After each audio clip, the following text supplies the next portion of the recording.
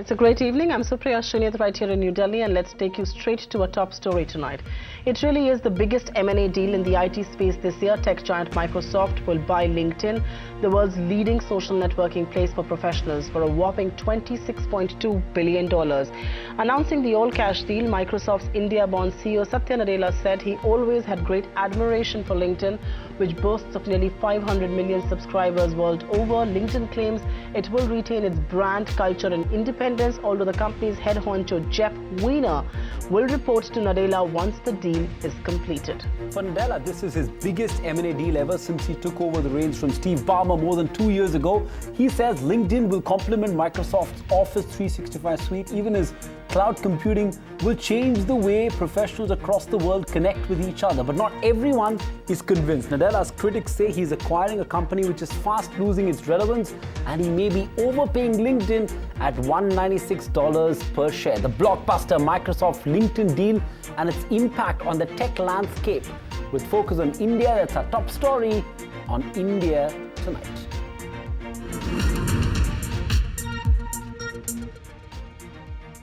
Congratulations on this massive day. Satya, you've talked about this being the first big deal you've done as CEO. I'd love to get an understanding of how LinkedIn came onto your radar. I mean, I've always had a great admiration for LinkedIn and what Reed and Jeff and the team here have built. I mean, I'm a user of LinkedIn, I'm a publisher on LinkedIn, and as I've thought about it more in terms of what is it that is most needed in today's world.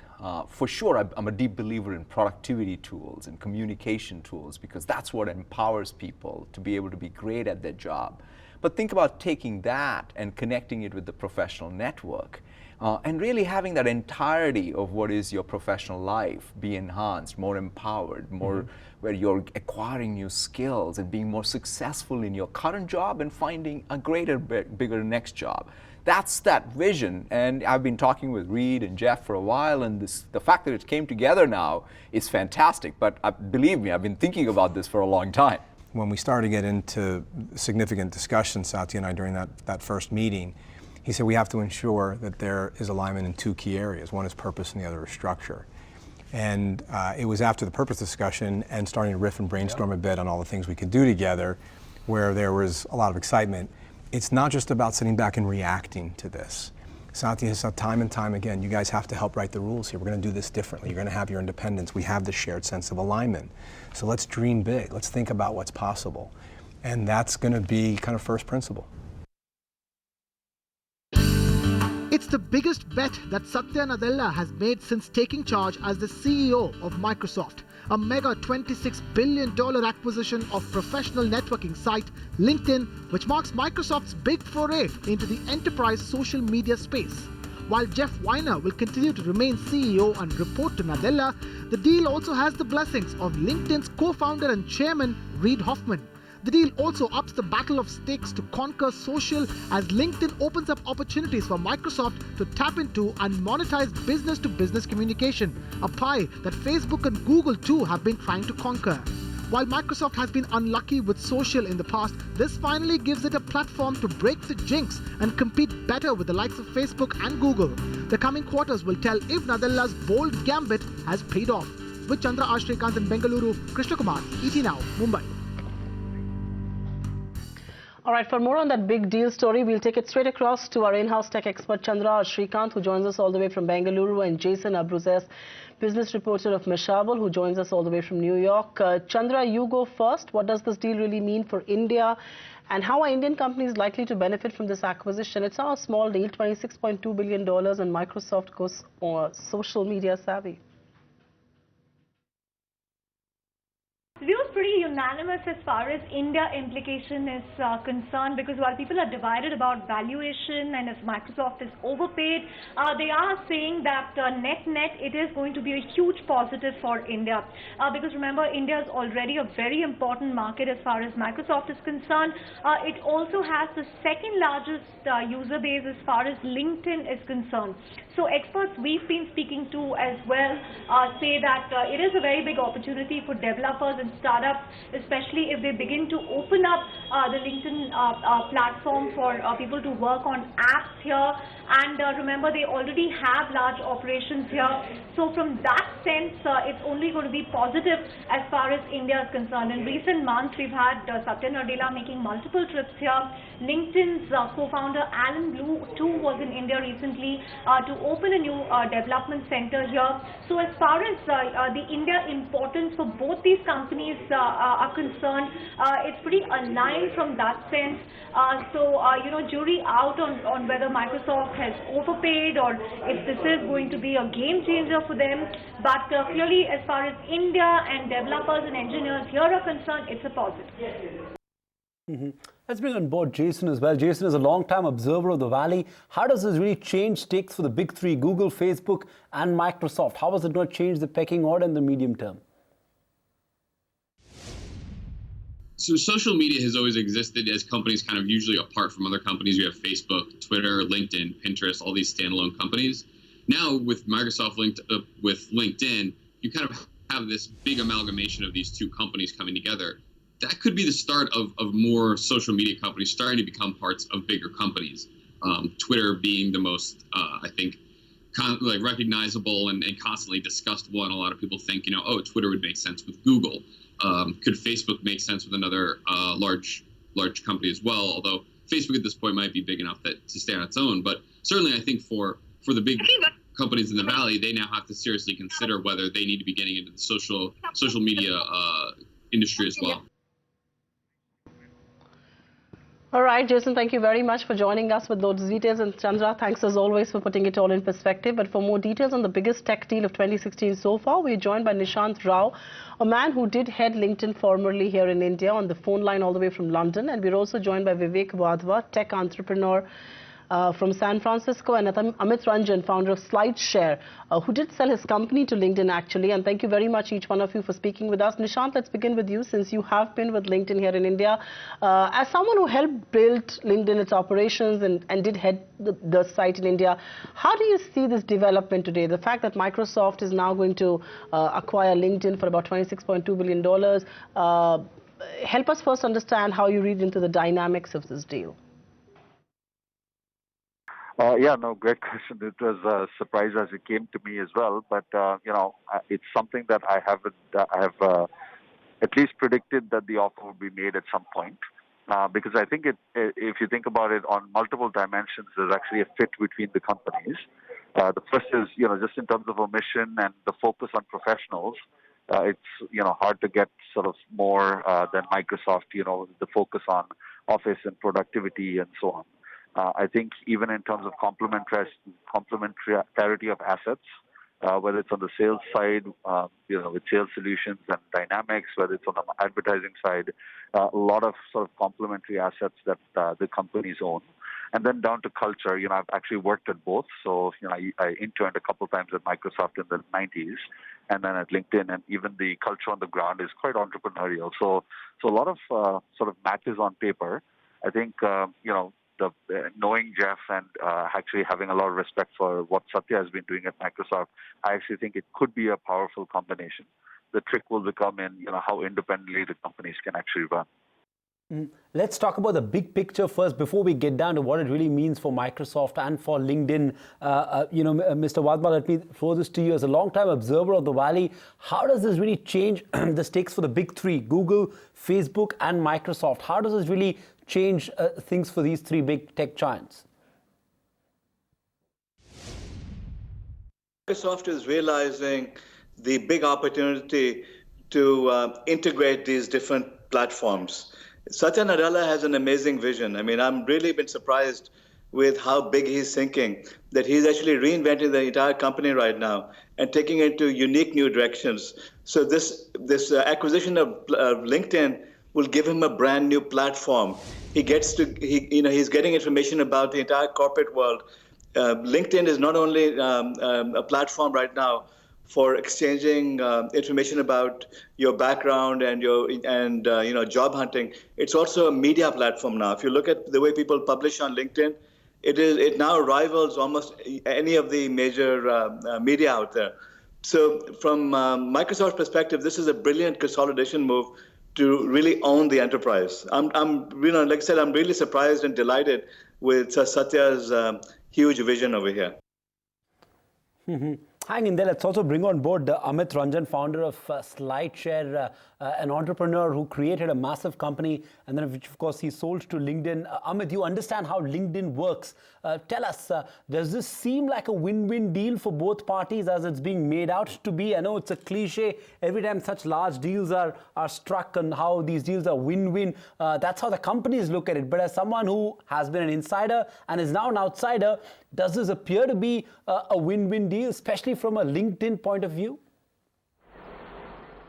Yeah. See, I think one of the ways to kind of look at such deals is to kind of ask the question, what does it mean for the end user? And if you think of the end user for Microsoft increasingly is an enterprise user. And LinkedIn actually has put together something which is very very futuristic, and Jeff Weiner talks about this when he talks about the economic graph, which is kind of mapping out the digital economy, which is kind of having a profile for all the professionals in the world and mapping out their competencies and mapping out what kind of economic opportunities are there. So I think it's kind of a marriage of the enterprise world with what Jeff's vision of the economic graph is. And to me, as a former somebody who's worked in the company and now an outsider, I think it makes a lot of sense. I mean, as a user of LinkedIn and of Microsoft products, if you ask what is the sum total of you could achieve if you could actually plug in the economic graph and the professional networking aspects of LinkedIn into some of Microsoft properties. So I think thumbs up from my side. It makes a lot of sense. Amit, I can't let you be without asking you a very relevant question here, because you sold your business to LinkedIn, so you understand the culture there, you understand the dynamics. Do you believe LinkedIn can perhaps survive as an independent entity in a behemoth like Microsoft? Yeah, I think that question is probably going to be played out over the next couple of years, because if you look at LinkedIn, essentially it does about $3 billion of annual revenues, and 70% of that is essentially recruitments. And then there is the consumer side where they have the subscription business, and then they have the marketing angle. So I think it'll be interesting for me to see what how Microsoft plays out the recruitment part. But to me, I think it's very clear that the real thing that Microsoft is going after is Jeff's vision of the economic graph. Because if you actually plug in that economic graph into Microsoft products, I think the end result could be really path-breaking and impactful. And in terms of how this will play out, I think these are very professionally run companies, and they've done mergers and acquisitions time and over again. So I think there might be some teething problems, but I don't see big issues coming down this path. I think these companies know how to manage these acquisitions.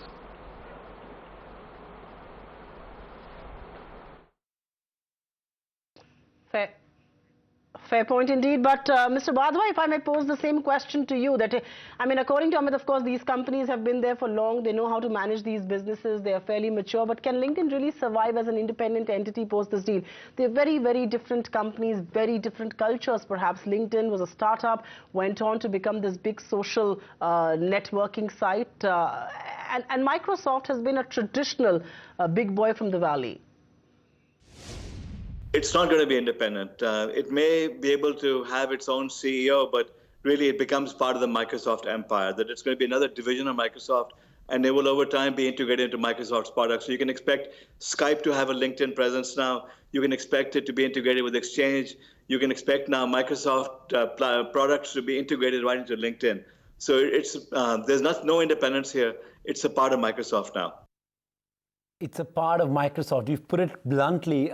Nishant, come in on that. As a former CEO of LinkedIn here in India, some would say it's a sad day really for LinkedIn, considering it gets folded into Microsoft and didn't wait out a chance to be an independent, successful entity from the Valley. How would you respond to that? I think when you're in business, anything is possible. You have to be prepared for every eventuality.